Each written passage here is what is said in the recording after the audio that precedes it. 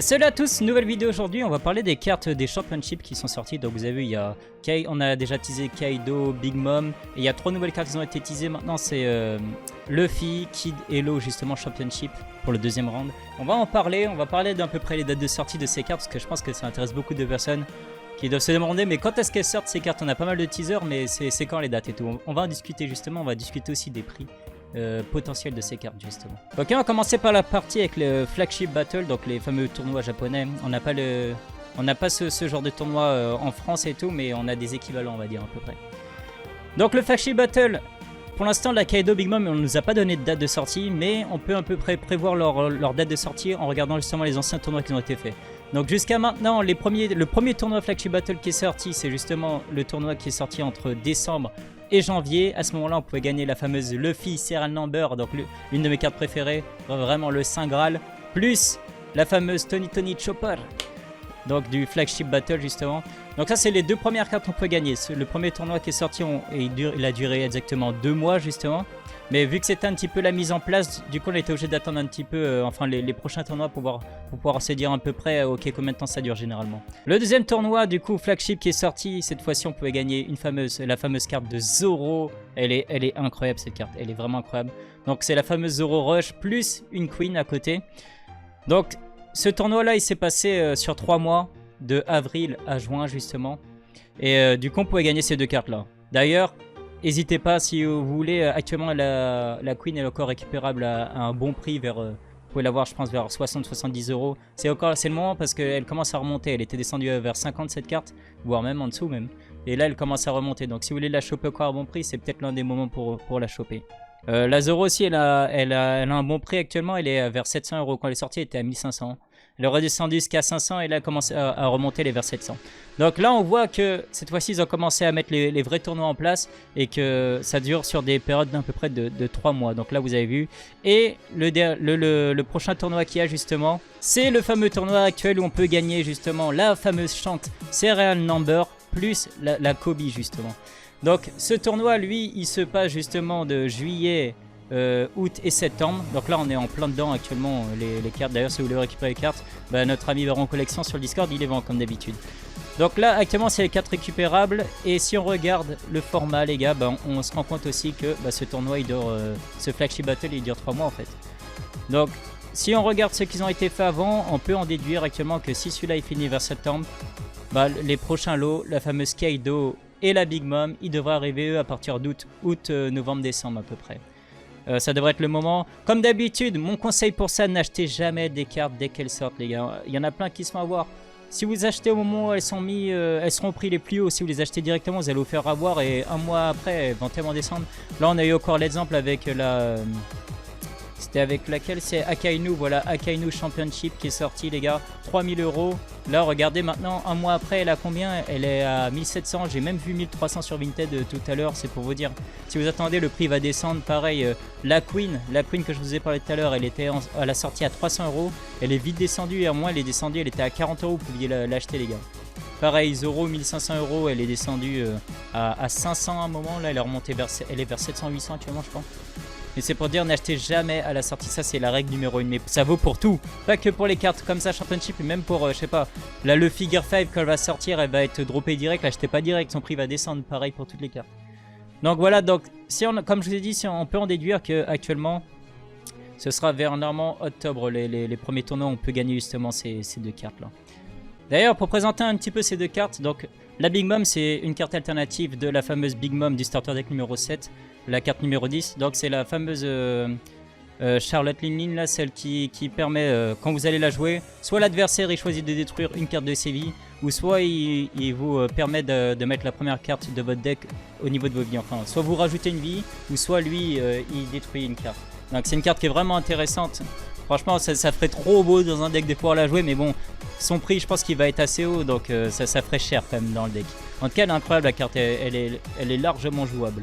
Et la Kaido, c'est l'alternative de la Kaido Pézoran, carte numéro 94. Donc c'est le fameux Kaido Trou Noir, j'aime bien l'appeler Kaido Trou Noir. Parce qu'il a l'effet du Trou Noir, quand vous la jouez, vous sacrifiez 6 dons et vous pouvez détruire toutes les cartes sur le terrain. Pour moi c'est un gros trou noir, elle est vraiment forte. Franchement cette carte elle nous faisait tellement suer avant. quand tu jouais contre un deck Kaido, t'avais tellement peur que l'adversaire te sorte cette carte et il rase tout. Mais bon, franchement magnifique la carte dans la collection et ce serait insane de l'avoir. Franchement, elle est incroyable. Elle est incroyable. Donc maintenant on va parler du sujet principal justement, donc des trois fameuses cartes qui ont été leaks, le Luffy, le Law et le Kid justement. Donc beaucoup se demandent quand est-ce que ces cartes on va pouvoir les acheter et tout, quand est-ce qu'ils vont arriver sur le marché. La réponse c'est pas maintenant les gars, c'est pas du tout maintenant. Je vais vous expliquer en gros comment ça marche. En gros actuellement vous avez les gros tournois qui sont passés au Japon là, c'est vraiment les plus gros tournois One Piece qui soit possible d'organiser en fait. Ils ont même été live en direct sur la chaîne principale de One Piece Card Game. C'est pour dire en gros l'ampleur du truc quoi. Donc comment ça s'est passé pour ça? Ils ont d'abord fait des premiers tournois dans les stores locaux on va dire, dans des zones. Et en gros ils ont gardé que les meilleurs de chaque store. En gros les 32 premiers dans certains stores et 16 premiers dans d'autres. Pour faire après un gros tournoi. Donc toute la partie des qualifications, ça s'est passé sur la période de juin-juillet. Et en août, vous avez eu en gros la finale et tout. En gros, ça s'est fini le 20 août. Donc à ce moment-là, justement, les trois grosses cartes qui étaient possibles de gagner, c'était justement la carte de Borsalino, de Kuzan et Akainu. Donc ça, c'était les trois premières cartes qui étaient possibles de gagner pendant ce premier tournoi, justement. Et à la fin du live, donc ce fameux 20 août, ils nous ont teasé les fameuses trois cartes dont je vous ai parlé avant.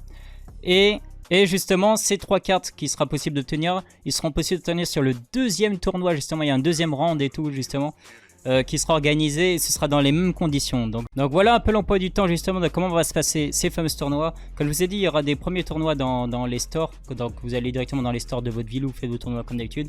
Et tous les meilleurs joueurs, ils vont être gardés justement pour pouvoir participer à ce qu'ils appellent le Championship Second Area Tournament. Donc comment ça se passe? C'est par ville, il y aura un fameux tournoi. Ils vont garder que les meilleurs joueurs. Par exemple, là ils montrent à Osaka, ils vont garder les 32 meilleurs joueurs. Pareil là à Aichi, Hiroshima, Miyagi, etc. Par exemple là c'est les 16 premiers joueurs. Et une fois que tous ces meilleurs joueurs, ces 32 meilleurs joueurs, 16 meilleurs joueurs par ville, etc. Ils seront justement sélectionnés. Ils seront invités à participer cette fois-ci pareil au gros tournoi qui va être livé directement par One Piece Card Game, la chaîne officielle. Donc, ouais, voilà comment ils appellent ça, le Championship 2023 Second Preliminary Tour, round de finale, je sais pas quoi. En gros, non, pour dire en gros tournoi, quoi. Et ça va se passer quand? Ils précisent bien ici, vous voyez bien ici, en février 2024. Oui, vous aviez bien lu. Donc, quand je vous dis que ça va pas arriver maintenant, ça va pas arriver maintenant, les gars. On a encore du temps.